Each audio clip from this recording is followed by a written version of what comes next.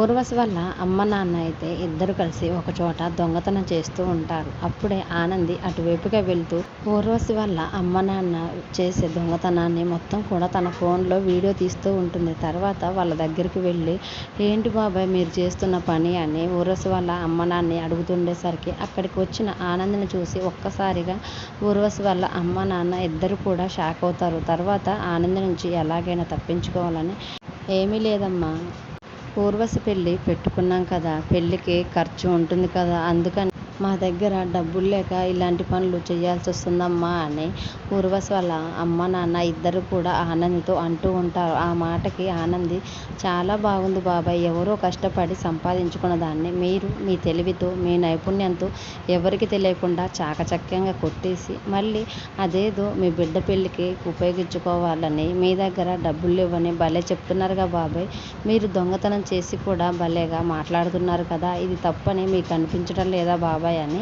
ఆనంది ఊర్వశి వాళ్ళ అమ్మ నాన్నని ఇద్దరిని కూడా నిలదీస్తూ ఉంటుంది. ఆనంది అడిగే మాటలకి ఊర్వశి వాళ్ళ అమ్మ నాన్న ఏం మాట్లాడలేక, సరేనమ్మా మాది తప్పైపోయింది, ఇంకోసారి ఎప్పుడు కూడా ఇలాంటి పనులు చెయ్యము, మమ్మ క్షమించమ్మా, మమ్మల్ని వదిలేయమ్మా, మేము ఇక్కడి నుంచి వెళ్ళిపోతున్నాం కూడా అని వెళ్ళిపోతూ ఉంటారు. వెంటనే ఆనంది, ఒక్క నిమిషం ఆగండి బాబాయ్ అని పిలుస్తుంది. వెంటనే ఊర్వశి వాళ్ళ అమ్మ నాన్న కూడా ఆగిపోతారు.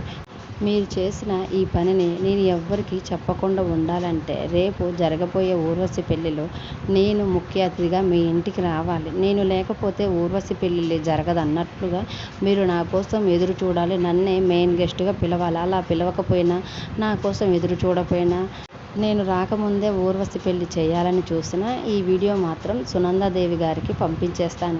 సునందాదేవి గారు మీ కుటుంబం మంచి కుటుంబం, మంచి పరుగుల కుటుంబం అని అనుకుంటున్నారు కదా, మీది ఎంత మంచి కుటుంబమో ఎంత పరుగుల కుటుంబమో ఈ వీడియో ఆమెకు చూపిస్తే అప్పుడు అర్థమవుతుంది మీది ఎంత పరుగుల కుటుంబం అనేది.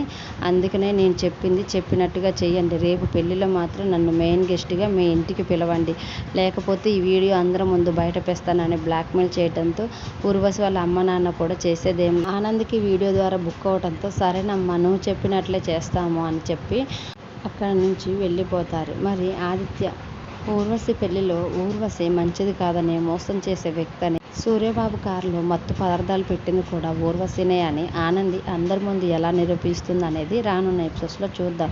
డైలీ సీరియల్ అప్డేట్స్ కోసం ప్లీజ్ మన ఛానల్ని లైక్ చేసి సబ్స్క్రైబ్ చేసుకోండి. ఈ వీడియో గురించి మీ అభిప్రాయాన్ని మాకు కామెంట్ రూపంలో తెలియజేయండి. Thanks for watching.